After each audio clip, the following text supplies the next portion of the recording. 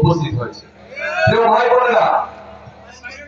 বোনেরা, আমরা অতীতে অনেক সময় শুনেছি যে বাংলাদেশকে অমুক রাষ্ট্রের মতন বানিয়ে ফেলবো, বাংলাদেশকে তমুক দেশের মতন বানিয়ে ফেলবো। আমরা বাংলাদেশকে অন্য কোন দেশের মতন বানাতে চাই না। আমরা বাংলাদেশকে তৈরি করতে চাই একটি কল্যাণমুখী রাষ্ট্র হিসাবে,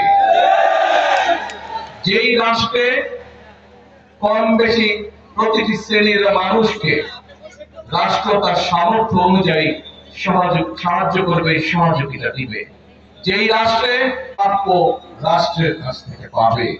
প্রিয় ভাই বোনেরা, সেজন্যই আপনারা দেখেছেন যে আমরা নির্বাচনের আগে বলেছিলাম আমরা দেশে ফ্যামিলি কার্ড দিতে চাই পরিবারের নারী প্রধানকে। কেন?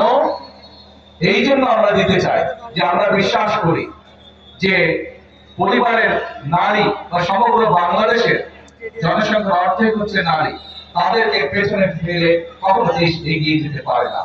এবং সে কারণেই দেখেছেন দেশনেত্রী বেগম খালেদা জিয়া যখন রাষ্ট্র পরিচালনার দায়িত্বে ছিলেন, তিনি নারীদের শিক্ষা ব্যবস্থা বিনামূল্যে করে দিয়েছিলেন ইন্টারমিডিয়েট পর্যন্ত। বর্তমান সরকার আমরা সিদ্ধান্ত গ্রহণ করেছি দেশনেত্রী খালেদা জিয়ার সেই পলিসিকে আমরা সামনে এগিয়ে নিয়ে যাব। আমরা তাদেরকে অনার্স পর্যন্ত বিনামূল্যে পড়ালেখার সুযোগ করে দিব। এবং শুধু তাই নয়, পাশাপাশি যারা ভালো রেজাল্ট করবে তাদেরকে আমরা সরকার থেকে বৃত্তির ব্যবস্থা করব। অর্থাৎ বাংলাদেশের নারী যে সমাজ, অর্ধেক জনগোষ্ঠী, তাদেরকে আমরা এম্পাওয়ার, অর্থাৎ তাদেরকে আমরা শিক্ষিত করতে চাইছি। একই সাথে শুধু শিক্ষিত করলে হবে না, এই নারীদেরকে আত্মনির্ভরশীল করে গড়ে তুলতে হবে।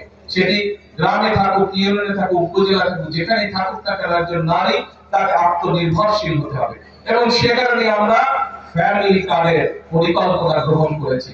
আমি এই যে আজকে আপনাদের সামনে কয়েকজন আমার হাত থেকে ফ্যামিলি কার্ড নিয়ে গেলেন, আমি তাদেরকে জিজ্ঞেস করলাম এই ফ্যামিলি কার্ডের অর্থ দিয়ে আপনি কি করবেন।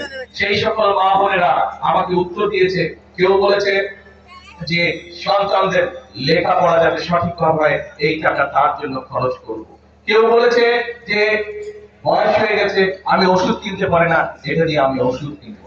কেউ বলেছে সংসারের আয় রুজি বাড়ানোর জন্য ছোট করে একটি পুঁজি বিনিয়োগ করবো এখান থেকে। অর্থাৎ সংসারকে সুন্দরভাবে শক্তিশালী ভিত্তির উপরে গড়ে তুলে সন্তানদের লেখাপড়া, নিজেকে সুস্থ রাখা, একই সাথে তাকে পুরো পরিবারকে অর্থনৈতিকভাবে ধীরে ধীরে একটি শক্তিশালী ভিত্তির উপরে প্রতিষ্ঠিত করা।